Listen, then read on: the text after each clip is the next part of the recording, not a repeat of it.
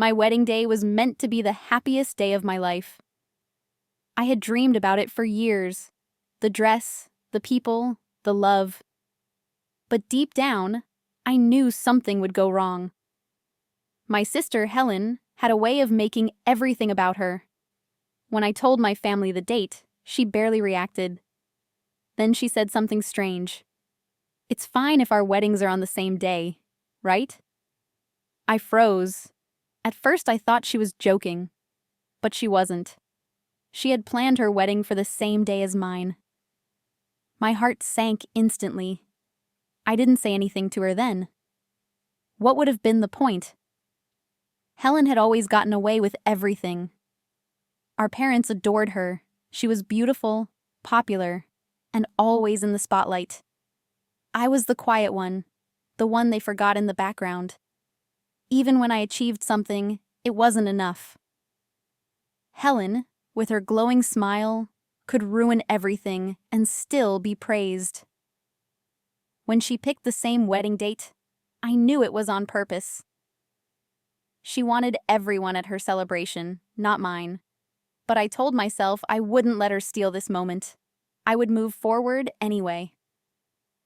As the months passed, I kept planning. Ryan, my fiancé, was kind and supportive. We decided on a small wedding with only close friends and his family. After meeting my side, his parents understood why. My family didn't care. They barely responded when I shared my engagement news. But Ryan's parents? They treated me like a daughter from the start. For the first time, I felt like I belonged. I tried to focus on that warmth and not the coldness I came from. Still, Helen's shadow loomed over everything. I knew she wasn't finished. Something told me more was coming. 3 months flew by. The day finally arrived. I stood in front of the mirror in my wedding gown, heart racing. Despite everything, I felt hopeful. Maybe today could still be beautiful. Friends gathered around, offering hugs and kind words. The music played softly. Then, just as the reception started, I saw her. Helen, in a wedding dress, at my wedding. My breath caught. "What are you doing here?" I asked. She smiled like nothing was wrong. "Your reception looked more fun, so I came to see." I clenched my teeth. But I wouldn't let her ruin this day. Not again. Let me tell you how it started. My name is Patricia. I'm 29 years old, and I've worked at the same company since graduating high school. I started at the bottom, worked hard, and slowly built a life I was proud of. 3 years ago, I met Ryan. He was different, gentle, patient, and honest. He made me feel seen. One evening, he got down on one knee and proposed. I was shocked. "Are you sure?" I whispered. "Of course," he said. "It has to be you." That moment changed everything. But I still hadn't told him the truth about my family. Unlike his warm, loving parents, mine were cold. Helen was their favorite. Even as kids, she got everything.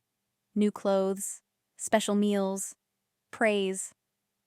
I got hand-me-downs and silence. Every birthday, Helen received a bigger gift than me, even though it was my birthday. I was the forgotten daughter.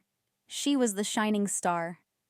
I worked harder in school, hoping they'd finally notice me. Once, I ranked first in my class. I rushed home, excited. My mom frowned. "Don't stand out. You'll embarrass Helen." My heart broke. I realized I could never win their love. That's when I stopped trying to impress them. Helen wasn't just loved, she knew she was loved more. She used that power often. As kids, she'd steal my things, knowing no one would stop her. In middle school, she found out I liked a boy, and days later, they were dating. She made sure I saw them together, laughing, holding hands. I kept my pain quiet. If I said anything, I'd be blamed. Helen even told my secrets to others, turning me into a joke. My parents never cared. If I cried, they scolded me. So I stopped crying. I learned to live in the shadows, silent, small, and invisible. I found peace in learning. Books didn't mock me. Knowledge didn't play favorites. But when it came time for college, my parents shut the door. "We've wasted enough on you," my mother said. "Get a job and pay us back." I was crushed. My teachers tried to help, but there was nothing they could do. Luckily, one teacher helped me find work. I started small but rose quickly. I earned respect on my own. Still, I kept my distance from my family. I couldn't take more hurt. When I moved out, I finally felt free. I swore I'd never go back. Then I met Ryan. Slowly, the idea of introducing him to my family became real. He wanted both families to meet. I hesitated. "They're not like yours," I warned. Still, I arranged a lunch meeting. My parents didn't care, until I offered to pay for a fancy restaurant. Then suddenly, they were interested. Helen, too. They came only for the food. During lunch, they ignored Ryan's parents, focusing only on the meal. But when his parents praised Helen, my family lit up. "She's our pride," my mother gushed. My heart sank. Even now, I was invisible. I wanted to disappear. After the meal, my family left without saying goodbye. Ryan's mother looked at me gently. "It's worse than I imagined," she said. I nodded. "I'm sorry." Ryan squeezed my hand. "This isn't your fault." His mother added, "From now on, think of us as your real family." Her words filled a hole I hadn't realized was still open. For once, I felt loved. After that, I tried not to think about Helen or my parents.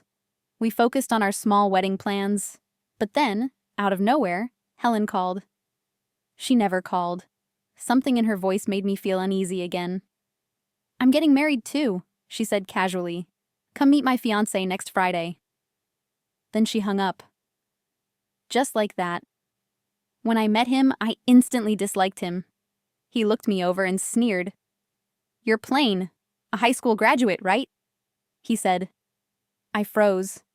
I had a degree and a respected job. He didn't care. "You're not worth knowing," he added. I got up to leave.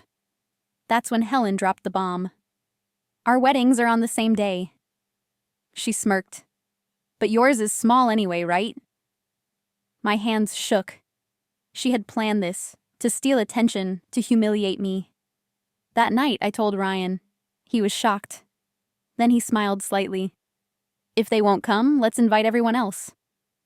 I blinked. "You mean make it big?" He nodded. "Helen only wants you to feel small. Don't let her win." His words lit something inside me. For the first time, I saw a way to fight back without anger. We changed our plans. We invited friends, co-workers, even people from his father's company. Slowly, the guest list grew. We didn't tell my family. They wouldn't have cared. But I felt power again. This wedding wouldn't be about proving anything. It would be ours. The day arrived. People poured in. Friends laughed. Music played. The atmosphere was warm and alive. For the first time in my life, I felt surrounded by love. Then, in the middle of the reception, I saw them. Helen, her husband, and my parents. They looked stunned. Helen walked toward me. "Why are there so many people here?" she asked. "I thought your wedding was supposed to be tiny." I smiled. We changed the plan. Her eyes narrowed. Her husband scanned the room and went pale. "Wait, these people, they're from the company?" he whispered. That's when he realized the truth. "They work for my father-in-law," I said calmly. Just then, Ryan's father walked in. Helen's husband turned white. "That's the president," he whispered. My father-in-law smiled coldly. "I heard you planned your wedding to clash with ours. Why?" Helen's husband panicked. "It was her idea." He pointed at Helen. "She wanted to ruin her sister's day." Helen gasped. "You liar. You said humiliating her was fun." They started arguing, right there, in front of everyone. My father-in-law snapped. "Enough. "This is my son's wedding. Show some respect." Helen's husband ran out. Helen chased him. Their wedding had fallen apart, just like that. My parents stood there awkwardly. For once, they had nothing to say. They tried to join the reception. "Patricia's always been reliable," they muttered. I stared at them coldly.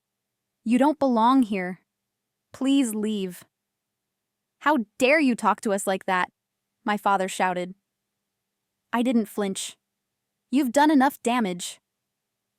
At Ryan's father's request, the staff escorted them out. The moment they left, the room felt lighter.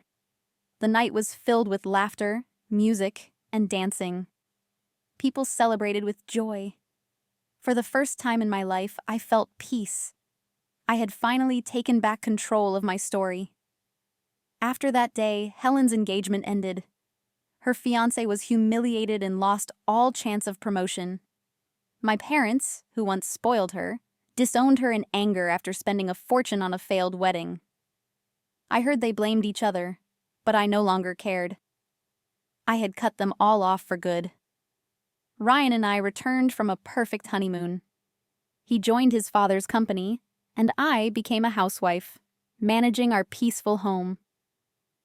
Every morning, I wake up with gratitude, not because everything is perfect, but because I finally learned how to protect my happiness from those who never could.